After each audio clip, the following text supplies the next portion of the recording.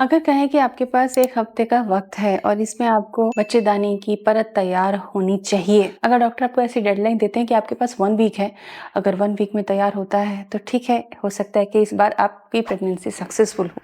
तो आप 7 दिन में क्या कर सकते हो? तो मैं बताती हूँ कि ये 7 दिन बहुत इंपॉर्टेंट है। 7 दिन में कुछ ऐसे थेरेप्यूटिक आइडियाज़ हैं जिनके साथ आप यूट्राइन लाइनिंग को इम्प्रूव कर सकते हैं। लेट्स सी तरीके क्या-क्या हैं। लेकिन अब आप आपके पसंदीदा चैनल की कम्युनिटी के मेंबर बन सकते हैं। जस्ट स्क्रॉल डाउन, नीचे एक ज्वाइन बटन है, touch it, read the details and opt करें।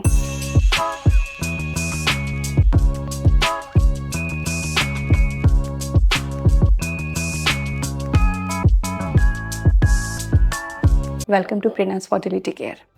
तो अगर हम बच्चेदानी की लाइनिंग की बात करें, क्लिनिकल टर्म्स की बात करें, तो एंडोमेट्रियम की बात करते हैं हम। ईटी प्रेगनेंसी को रुकने के लिए 7 से 9 mm से ऊपर होनी चाहिए। एटलीस्ट 7 mm से ऊपर तो जानी ही चाहिए। लेकिन अगर ये प्रॉपर नहीं बनती है तो दिक्कत होती है। इसके पीछे कुछ क्लिनिकल रीजन भी होते हैं, जैसे कि आपके शरीर में एस्ट्रोजन का स्तर कम होना, आपके शरीर में आयरन की, हीमोग्लोबिन की कमी होना, आपको क्रॉनिक इन्फ्लेमेशन होना, स्ट्रेस हार्मोन कोर्टिसोल का बढ़ा हुआ रहना, आप एक्सेसिव डाइटिंग कर रहे हैं, प्रॉपर फैट और प्रोटीन शरीर में नहीं मिल रहा है, या फिर uterine low blood flow, cold uterus की जिस प्रॉब्लम को हम ट्रेडिशनल और क्लिनिकली भी कवर करते हैं, पीसीओएस है, थायराइड है, प्रीवियस टीएनसी है या अबॉर्शंस है। ये कुछ रीजन होते हैं। आइए इसको हल करने का तरीका सीखते हैं। गुड न्यूज़ ये है इस टॉपिक में कि जो ईटी होती है, बच्चेदानी की आंतरिक परत होती है, वो फास्टेस्ट रिस्पॉन्डिंग टिश्यूज होते हैं। 7 दिन में उनका रिस्पॉन्स इंप्रूव किया जा सकता है, इसीलिए ये पॉसिबल है। तो इसका फंडामेंटल कॉन्सेप्ट आप समझ लीजिए कि आपके शरीर का खून का दौरा अच्छा होना चाहिए, तब ईटी अच्छी बन जाती है। तो आपको क्या इंटरवेंशंस करने हैं इसमें? हर दिन कि सुबह आपको वॉक करना है। वॉक करने से मन तो ताज़ा होगा ही होगा, स्ट्रेस तो कंट्रोल होगा ही होगा, एंडोर्फिन्स तो रिलीज जरूर होंगे, लेकिन साथ ही ब्लड फ्लो इंप्रूव होगा, जिससे कि यूट्राइन लाइनिंग अच्छी बनने में हेल्प मिलेगी, क्योंकि ऑक्सीजनेटेड ब्लड मिल जाएगा यूट्रस को। सुबह जब आप वॉक पर जाएं तो 1 कप गुनगुने पानी में थोड़ा दालचीनी का पाउडर ऐड करके जरूर पी कर जाएं। आप इसमें हनी भी ऐड कर सकते हैं, पर शुगर इश्यूज नहीं है। रात को सोने से पहले आपको वार्म कॉम्प्रेस देना है टिल ओव्यूलेशन, क्योंकि ओव्यूलेशन तक जो फॉलिकुलर फेज होता है तब एस्ट्रोजन हाई होता है और यूट्राइन लाइनिंग बनाने में वो काफ़ी हेल्प करता है। तो टिल ओव्यूलेशन 15-16 दिन तक आप आफ्टर पीरियड्स वार्म कॉम्प्रेस रात को मैक्स 5 मिनट्स जरूर कीजिए। फर्टिलिटी मसाज के साथ कर रहे हैं तो अलग से करने की जरूरत नहीं है। आपके पैर के तलवे वार्म रहने चाहिए, पेट का एरिया ओपन नहीं रहना चाहिए। अपनी ड्रेसिंग का ध्यान रखें। साथ ही आपको ये ध्यान रखना है कि आपकी जीन्सेस टाइट ना हो।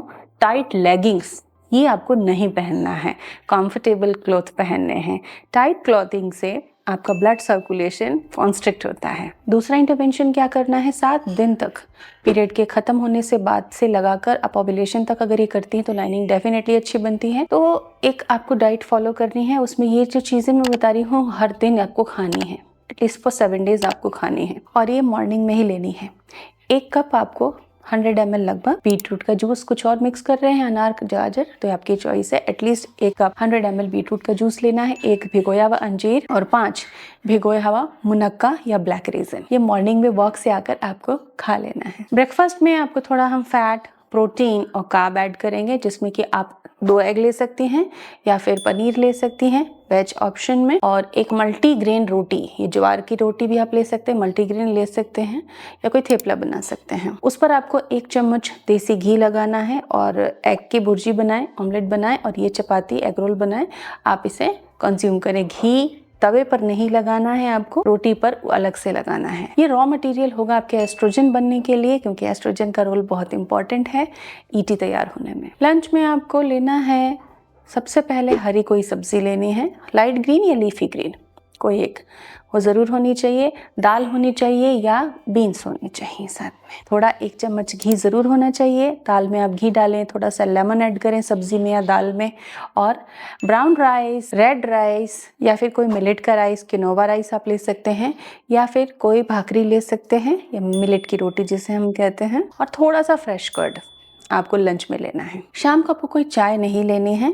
खाना खाने के बाद 1 तिल का लड्डू आप खा सकते हैं। शाम को एक मिक्स ड्राई फ्रूट का आप मुट्ठी भर मिक्स ड्राई फ्रूट्स या सीड्स खा सकते हैं, इसका एक लड्डू खा सकते हैं, थोड़ा सा अनार खा सकते हैं। 4-5 बजे के आसपास अगर आप इवनिंग स्नैक ले रहे हैं तो फ्रूट्स ले सकते हैं। डिनर में आपको कार्ब्स कम लेने हैं, प्रोटीन एंड फाइबर, वेजिटेबल और प्रोटीन अच्छी मात्रा में लेना है, वेज सूप्स ले सकते हैं। और सोते समय कप दूध में शतावरी, अश्वगंधा या जायफल, इन चीज़ों का आप इस्तेमाल करें। ये स्ट्रेस कंट्रोल करेगा और स्लीप क्वालिटी इंप्रूव करके आपके हार्मोन स्टेबलाइज करेगा। तो ये डाइट रूटीन हो गया।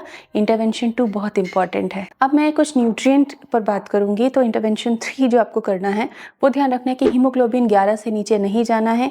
हीमोग्लोबिन लो होगा तो यूट्रस को न्यूट्रिएंट सप्लाई नहीं मिलेगी और ईटी अच्छी नहीं बनेगी। तो आयरन सप्लीमेंट, आयरन सिरप्स आप ले सकते हो। कुछ प्रोडक्ट मैं टैग कर दूंगी इसी वीडियो में, सो चेकआउट ज़रूर करें। इसी तरह विटामिन ई, ओमेगा 3 बहुत इंपॉर्टेंट होते हैं।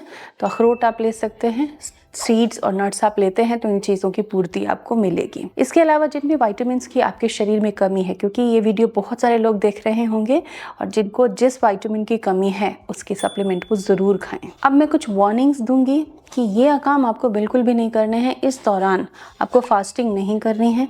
इस दौरान आपको कोल्ड फूड नहीं लेने हैं जो आइस या चिल किए के आप कंज्यूम करते हैं।